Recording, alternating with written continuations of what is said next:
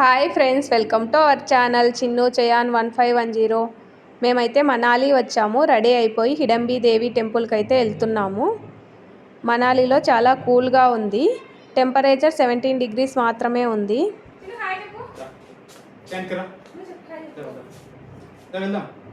Family అందరం ready అయిపోయి టెంపుల్కి అయితే స్టార్ట్ అవుతున్నాము.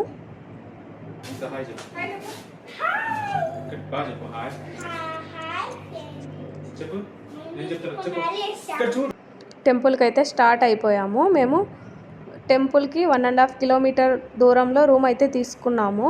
మా రూమ్ దగ్గర నుంచి నడుచుకుంటూ వెళ్తున్నాము. ఎక్కడ చూసినా వింటర్కి సంబంధించిన షాప్స్ ఉన్నాయి. వింటర్కి సంబంధించిన గ్లౌజెస్, క్యాప్స్, స్వెటర్స్ అన్నీ ఉన్నాయి.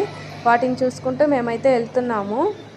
మేము వెళ్ళే దారిలో స్టెప్స్ ఉన్నాయి. ఇక్కడ ఎక్కడ చూసినా స్టెప్సే. నడిచి కాళ్ళు అయితే నొప్పులు పుడతాయి.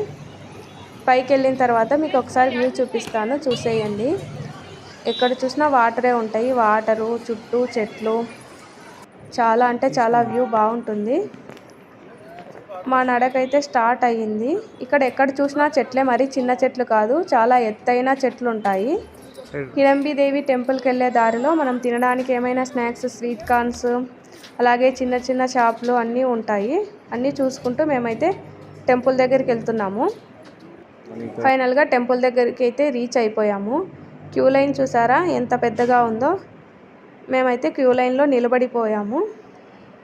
పురాణాల ప్రకారం హిడంబి అలాగే ఆమె యొక్క సోదరుడు హిడంబు మనాలిలో నివసిస్తుండేవారు. ఈ హిడంబి దేవి రాక్షసుల యొక్క దేవత. హిడంబి దేవి మనాలి ప్రజలతో ఇలా ప్రతిజ్ఞ చేసింది, ఎవరైతే మా సోదరుడితో యుద్ధం చేసి గెలుస్తారో వాళ్ళనే నేను పెళ్లి చేసుకుంటాను అనేసి. మహాభారతంలో పాండవులలో ఒకడైన భీముడు హిడంబుతో యుద్ధం చేసి యుద్ధంలో గెలుస్తాడు. అందుకోసం అనేసి హిడంబీదేవి భీముణ్ణి పెళ్ళాడుతుంది. వీళ్ళిద్దరు పెళ్లి తర్వాత వీళ్లకు ఘటోత్కచుడు జన్మిస్తాడు. ఈ టెంపుల్ చెక్కతో నిర్మించబడి ఉంది. ఈ టెంపుల్ ఇప్పటికి డెవలప్ ఏం కాలేదు. అప్పుడు ఎలా ఉందో ఇప్పుడు కూడా అలాగే ఉంది. టెంపుల్ చుట్టూ జంతువుల యొక్క కోరలు, దంతాలు అలా ఉన్నాయి. మీరు కూడా చూస్తున్నారు కదా వీడియోలో, ఒకసారి చూపిస్తున్నాను, చూసేయండి. టెంపుల్ లోపల అయితే వీడియో అలౌ లేదు, బయట మాత్రమే వీడియో అలౌ ఉంది. క్యూ లైన్లో ఉన్నప్పుడు మీకు చూపిస్తున్నాను. టెంపుల్ అయితే చాలా బాగుండింది. టెంపుల్లో ఒక బండరాయి పైన హిడంబి దేవి ఉంటుంది. మాకైతే దర్శనానికి ఒక 1/2 hour పైనే టైం పట్టింది. 1/2 hour తర్వాత మా దర్శనం అయితే కంప్లీట్ అయ్యింది. మాట్లాడుకుంటూ మేమైతే దర్శనానికి వెళ్ళిపోయాము. ఫైనల్గా మా దర్శనం అయితే కంప్లీట్ అయిపోయింది. దర్శనం తర్వాత మేమైతే బయటికి వచ్చాము. మీకు గుడి చుట్టూ ఒకసారి వ్యూ చూపిస్తున్నాను, చూసేయండి. పెద్ద పెద్ద చెట్లు ఉన్నాయి కదా, అందరూ ఉంటే చాలా ప్రశాంతంగా ఉంటుంది.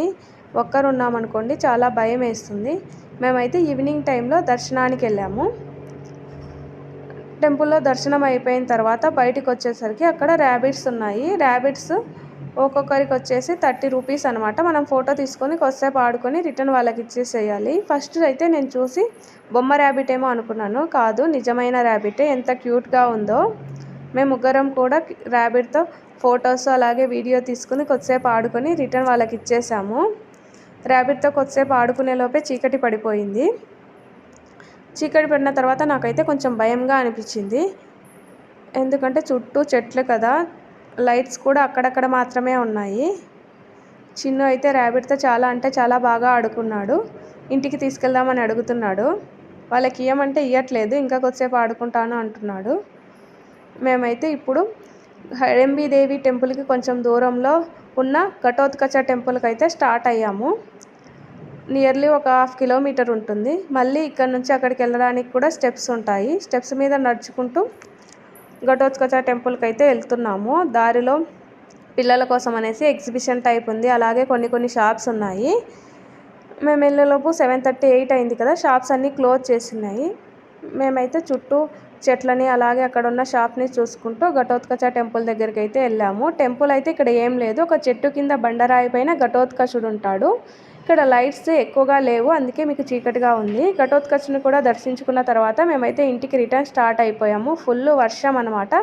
అందుకోసం అనేసి నేనైతే ఎక్కడా వీడియో తీయలేదు. హోటల్కి వెళ్ళేసి డిన్నర్ చేసేసి రూమ్కి అయితే వచ్చేసాము.